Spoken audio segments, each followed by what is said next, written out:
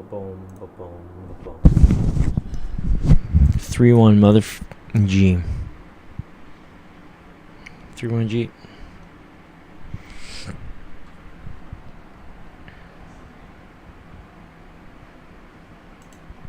Nuke Hoax, the true story.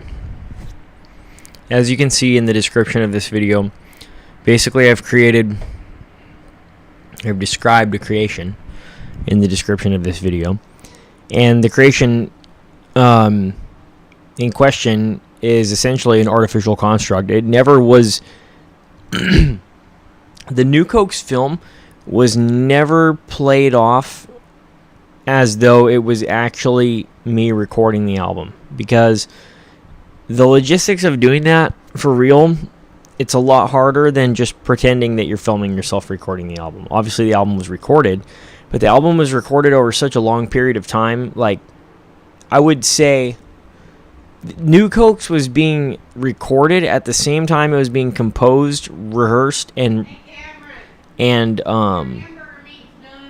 fine-tuned. Like, the entire process of writing Nuke Hoax, a song would get written or something and it would get recorded, and that would usually happen only after I had gone outside 100 times with an acoustic guitar and been able to play that song all the way through. So it took a couple months to do Nuke Hoax. At the time that that's happening, it's going to be way too difficult and way too convoluted and just not... it's just going to mess with the vibe of things to try to make a documentary of yourself doing that. Obviously, that would create a whole new layer of trouble, and then you'd end up distracted from actually making the album. And most of the time, making that album, as we're going to talk about as we go on here, was very spur of the moment, very inspiration-based. And when a moment of inspiration strikes and a song comes into existence, is being written, the first thought that comes to your mind is generally not, I'm going to start the camera rolling so that in 6 months, when this album is done, there'll be good footage of me writing it. It can't... If you had a team of guys, then okay, I could see that happening. But I didn't have that, and we're going to talk about the true story of Nuke Hoax and why I didn't have a team of guys when I made the record. Oh, someone is here? Who's here? So the first thing, hello, Mr. JSV, and then hello, Murder Inc. And Murder Inc. says hello to you, specifically. Murder Inc. says hi. Oh, hi. Very boldly, it seems. Oh. You know, at the time that... Hi, Murder Inc. Well, everything's bouncing around, but they don't see that, only us. At the time that the record is being made, and we're gonna go through, I guess, context, and then some of the songs. At the time that was happening, it was usually me running around in the middle of the night with a guitar, on amphetamines, and so I would be locked up in a basically a fume hood all day, or all day and all night, running like steam distillations in a fume hood and not breathing oxygen. And then in order to every now and then get a whiff of oxygen, I would take the acoustic outside and start doing something. But early on, basically in the beginning of what would become Nuke Hoax, I had just gotten a job at the UPS store, and it was like my first or second week there, and I was tweaking, and I was going down some wooden stairs, and the wooden stairs are really fucking dangerous and slippery, and I must have been just running down them or something because I was tweaking. I think I was carrying something like bowls and plates or whatever to bring downstairs, and I slipped, and my pinky toe was like snapped in half. And so during the recovery process of that experience, I just tweaked a lot so that I wouldn't feel pain, because that treated the pain. I would just be tweaking the whole time. And so I was off work for, I don't know, maybe 2 or 3 weeks or something. And during that period of time, I was on the Zodiac forums. And I thought that Don Chaney was the Zodiac killer when I at this period that we're talking about. I thought it was Don Chaney. It's not Don Chaney though at all.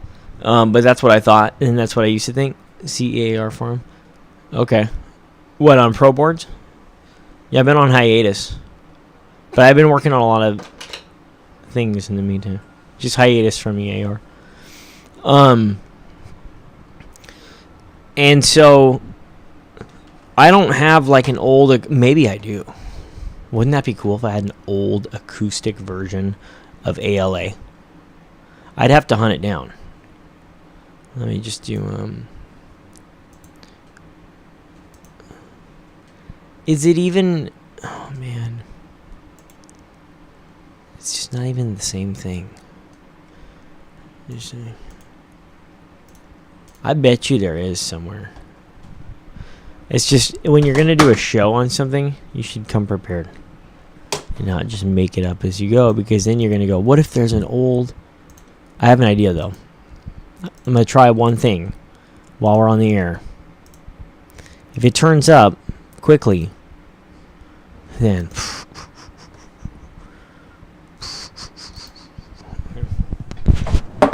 I want to blame...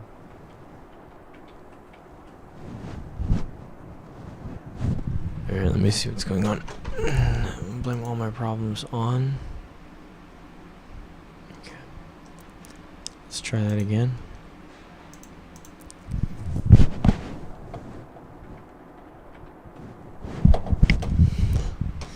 This one's labeled number 1. I don't know what that means, though.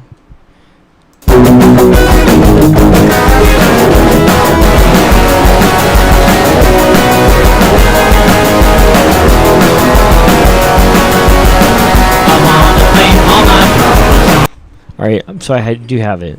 Stand by. It's not an acoustic version of the song being written. But basically, I was holed up watching the Zodiac forums, and everybody kept saying stuff was Arthur Lee Allen, and I didn't think it was Arthur Lee Allen. So I said aloud to myself in the room, as often happens, I said, fuck this. I'll blame all my problems on Arthur Lee Allen, because these people kept saying, you know, it's Allen, which is probably not that far-fetched. At this point, you know, I'm not really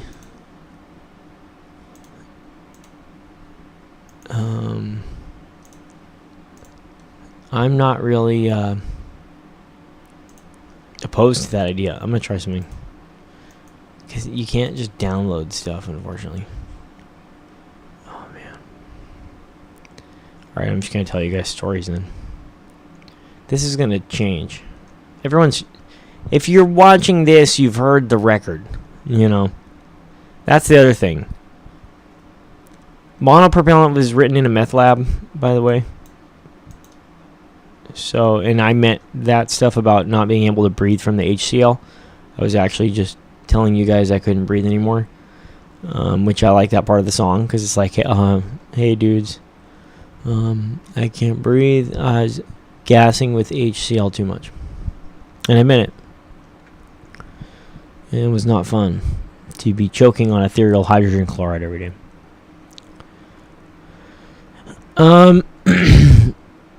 The story from, what is this?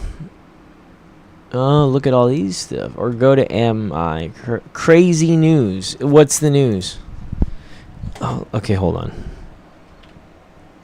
What is it? What is it? What is it? Can you just tell me what the news is? Because now we're doing a show about rock music. And I don't want to get...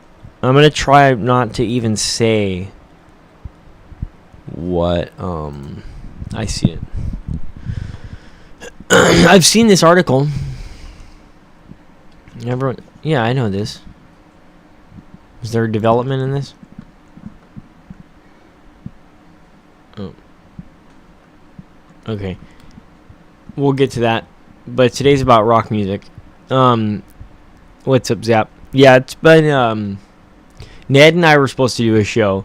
But we both couldn't do it at the same time, and so we both canceled on each other. And Ned was like all polite about it and everything, and he was like, "Oh, I'm sorry to inform you I cannot stream today." And it's like, neither can I at the exact same time. So I told him we're quantum entangled. So that's the reason that there wasn't a show on either this channel or BBR with both of us. But it's in the works. There's just been... And I've been writing songs. Oh, okay, so I want to tell you guys about...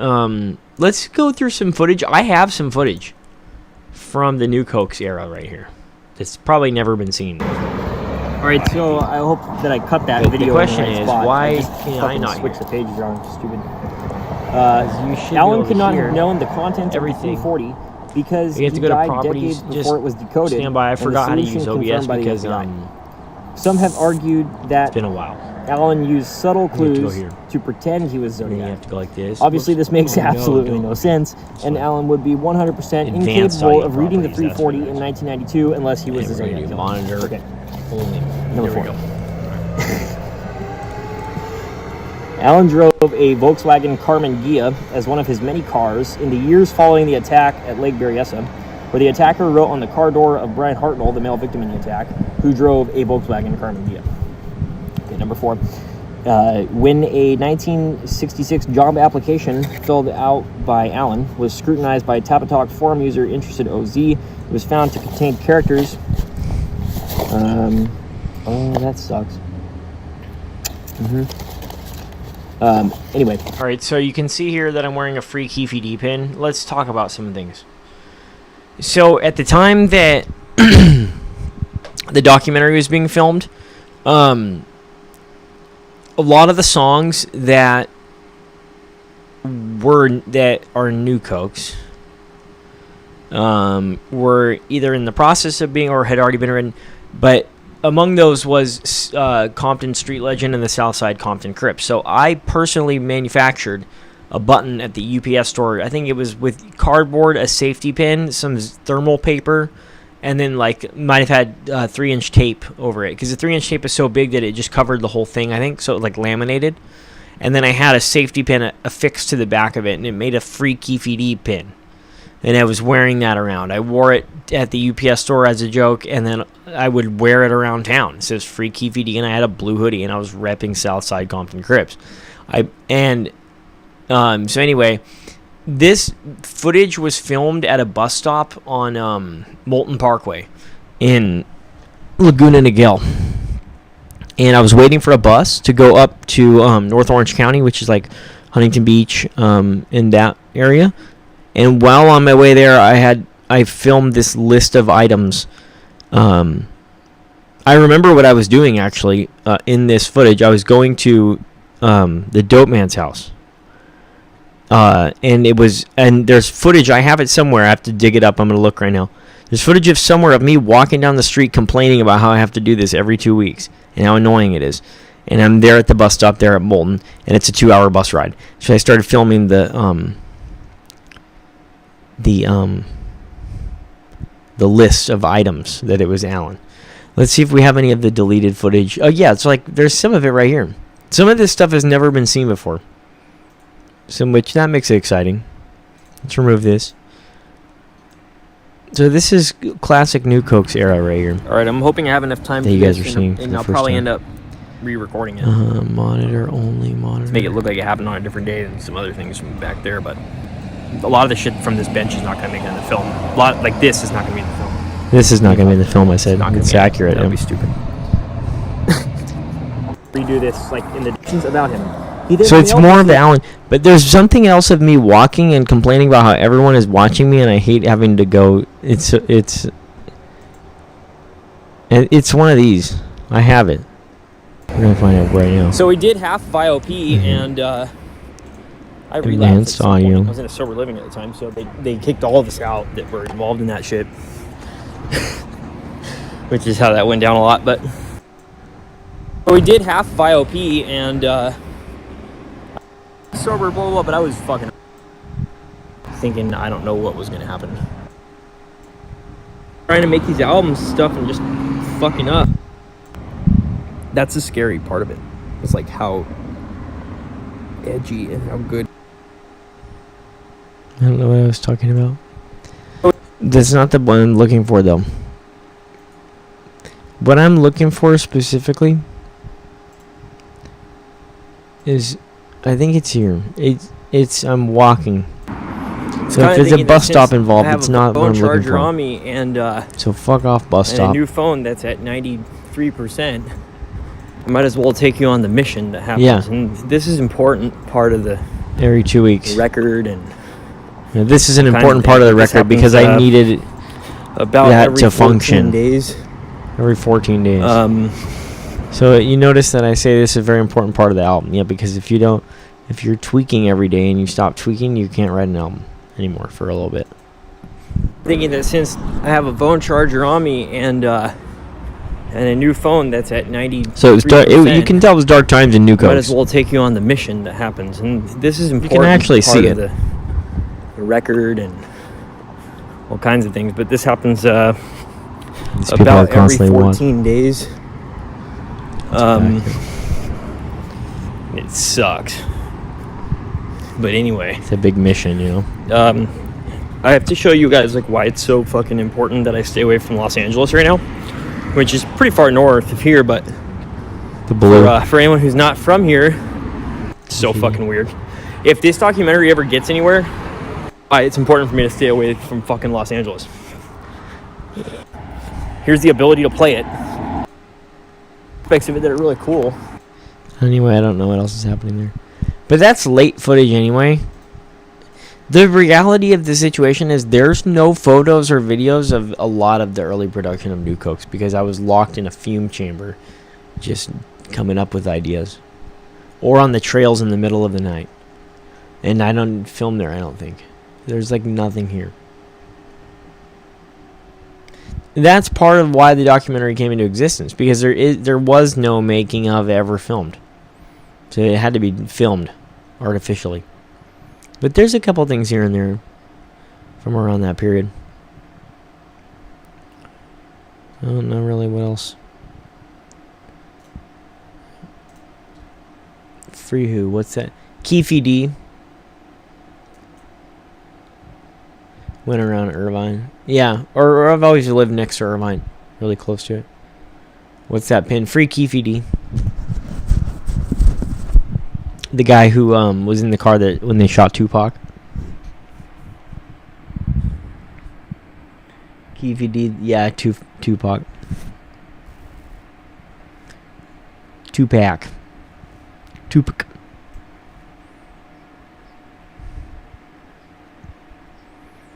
I recently discovered a very, very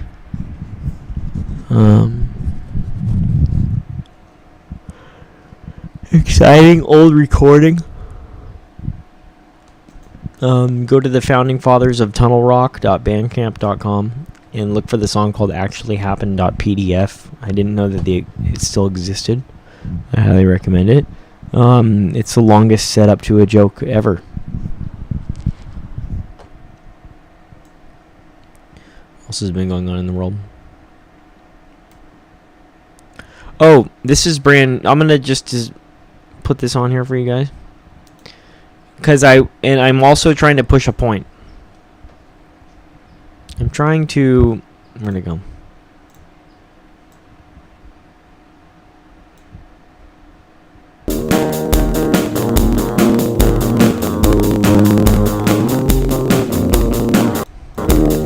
Stand by.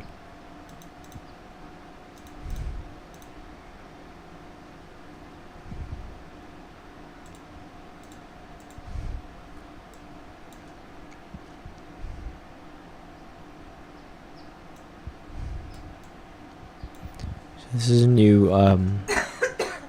project in the works. But I'm trying to use the album cover to achieve a political objective. As you can see.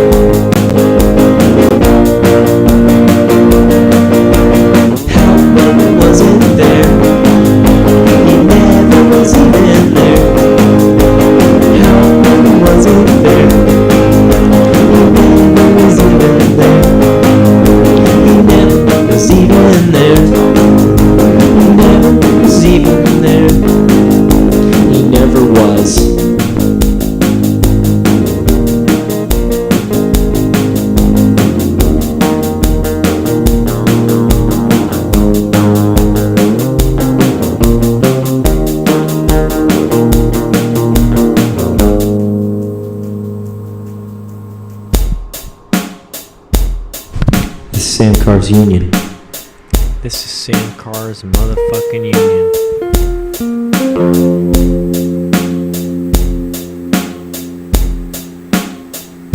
Anyway, so the rest of that, what's publicly available is on there, and there's more that's going to be in that record. Channel says cops pretty much know who that is. The camera just wasn't good enough for proof.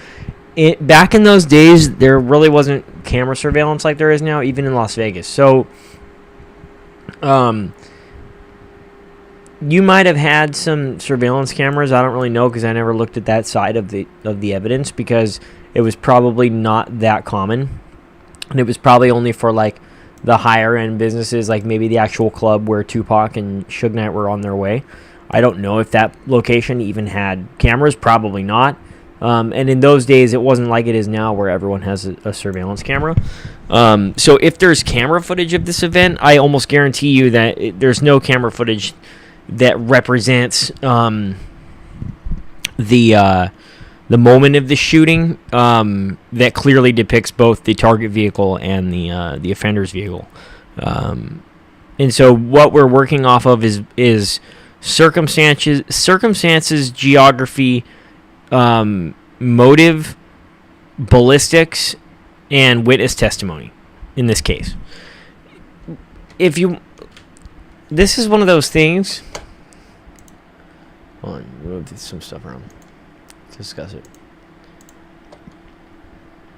We know, I'm not going to get too bogged down in that. But, yeah, this case isn't based on surveillance camera.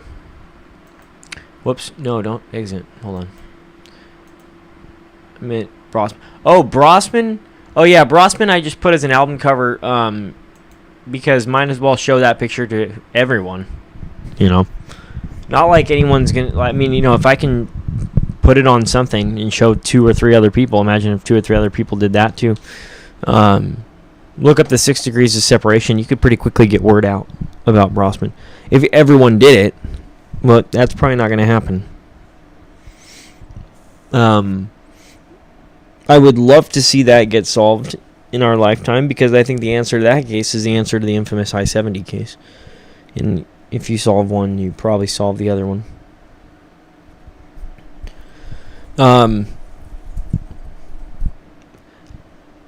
Part of the problem with talking the history of Nuke Hoax is that a lot of the stuff wasn't filmed. So I set up a YouTube account. The previous YouTube account that I had from this might have been like the H&R department or something. I really don't know. I think that by the time that I was writing Nuke Hoax songs, the H&R department was just on its way out, and it was becoming apparent to me that the H&R department was on its way out. Even though, you know, Ryan Miller and I hadn't played guitar together in months. But when one musical project ends, it sometimes takes a second to realize that it ended. And so if you don't see Ryan Miller for, you know, a couple months, that doesn't mean, oh, we're not going to play guitars again, because we would frequently go lengths of time like that without playing, and we'd come and play guitar and we'd write the H&R department songs. Well, eventually that just stopped happening. And when that happens, you don't see it until later. So the H&R department was on its way out, and I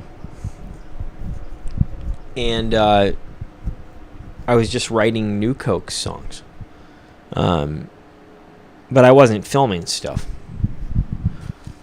as much.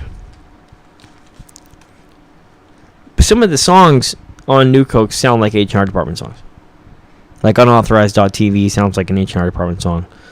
Butylated hydroxytoluene sounds like one. A little bit. They're better songs. Though Ballad of Joey New Generation is good. I like it. Really what it is the Ballad of Joey My English Home / New Generation. It's all one song. But the Ballad of Joey gets singled out. I'll show you why, but it's illegal. Okay.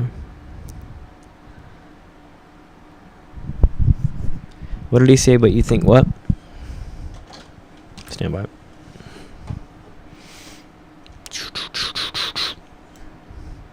but you think they know the guy. It's so hard to say, because you got to remember, there have been times where law enforcement says stuff like that, and it's like, you say that, but why have you not arrested him? It's either him in the video or it's not, right? Should be able to tell. Why can't you have what do you need to build a case? You want his confession? It's the I-70 killer. He's not going to give you a confession until it's proven. Until he feels like it's over for him and that he's caught, he won't say shit. I don't think he's going to say shit anyway. I think he's going to be like neurons. He won't say a damn word. And it'll be super annoying because we'll never know the answers. Even if they catch him. And you're going to end up spinning out for 300 years on EAR factoids, but with the I-70 killer. Because no one will tell you. No, law enforcement doesn't care, and the offender wants to keep his secrets to his penis or something. So, I'm just hoping that they catch him. If law enforcement thinks they know who it is, it's like, well, then get him. Because he's fucking dangerous. If it's not him, then find him. It's simple.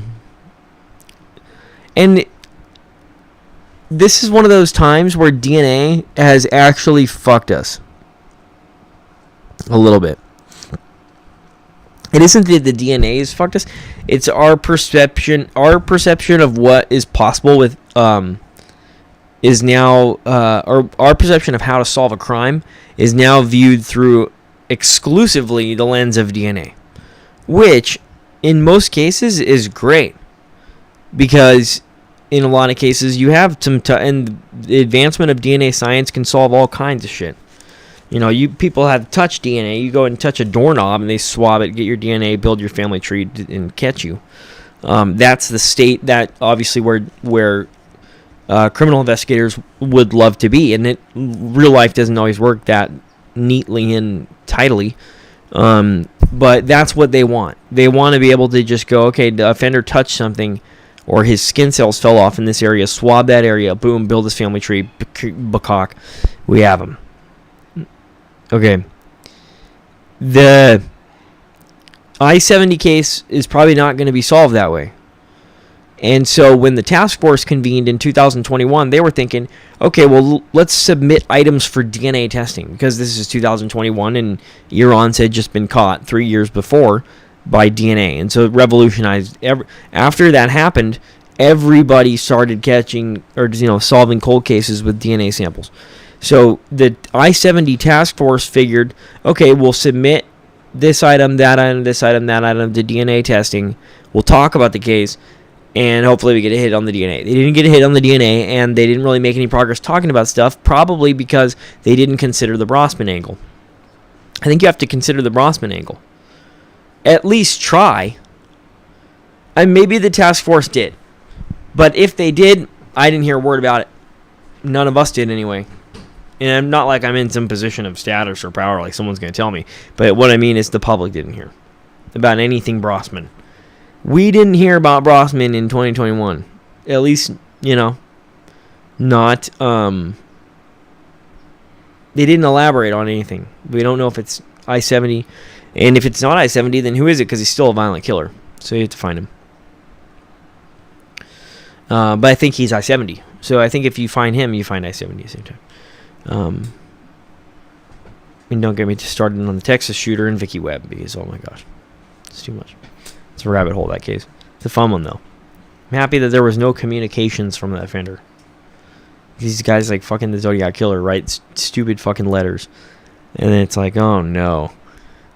Now everybody's looking for his name in a cipher. 99.9% of supposed Zodiac solves are cipher related. Or all of them are cipher related. Nightmare.